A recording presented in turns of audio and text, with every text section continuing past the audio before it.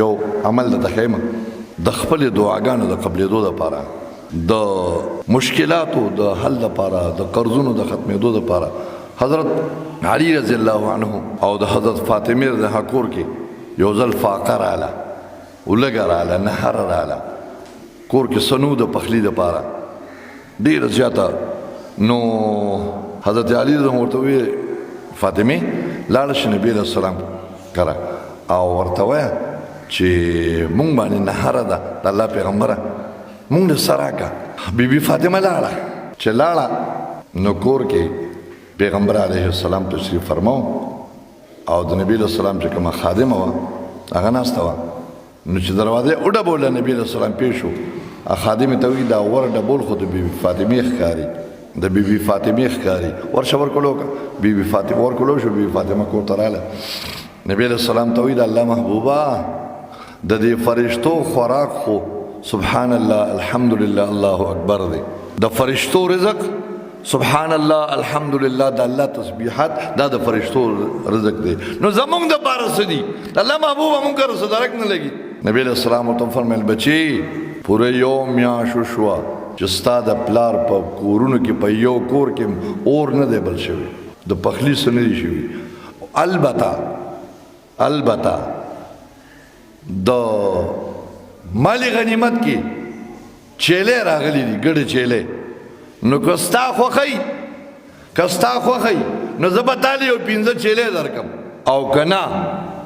یو 15 الفاظ درته ووایم یو 15 جملې درته ووایم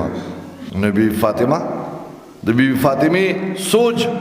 د غریبۍ او د فقیرۍ او دغه نبی علیه السلام ولا تصور آخرت طرف ته واړو وی د الله محبوب هغه 15 کلمې راته ووایه نو نبی علیه السلام ورته دا 15 کلمې وفرمایلې دا تاسو مو وایه نبی علیه السلام او نبی علیه السلام ورته وفرمایل بیبي دا جملې دا 15 دا ماته جبرئیل السلام ښودلې دي جبرئیل السلام ته الله ښودلې دي ما تا ته وښودلې او د بیبي فاطمې نه ما ته خبر راورسېده نو کله چې دعا کې نو دعا نه مخکې دا الفاظ وایه یا اول الاولین یا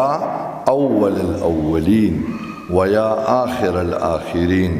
ویا ذا القوة المتین ویا راحم المساکین ویا ارحم الراحمین دا 15 جملې دي یا اول الاولین ویا آخر الاخرین ویا ذا القوة المتین ویا راحم المساکین ویا ارحم الراحمین دا 15 جملې ووایا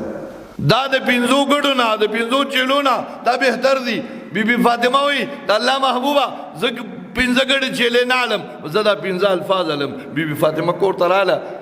حضرت علی صاحب ورته څه جلو شو وی زه خو تللی وم د دنیا دپاره خو نبي علیه السلام را آخرت راکړه د آخرت دپاره وی موږ د الله او د الله د رسول په تقسیم باندې راځي یو نو تاسو هم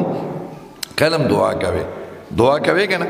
دعا کوئ مونځ نه وروسته اول خو تاسو دعا لیسارېږئ نه بعدې ما علیه السلام ګرځولی نه چې وګورم د نیم نه زیات سب خالي شوي تاسو د جومات کې در باندې خارخ لګي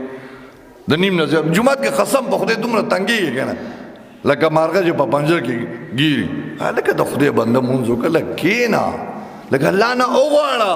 لکه الله ته سوال وکړه د الله حمد وکړه نو چې کله هم دعا کوي نو دا الفاظ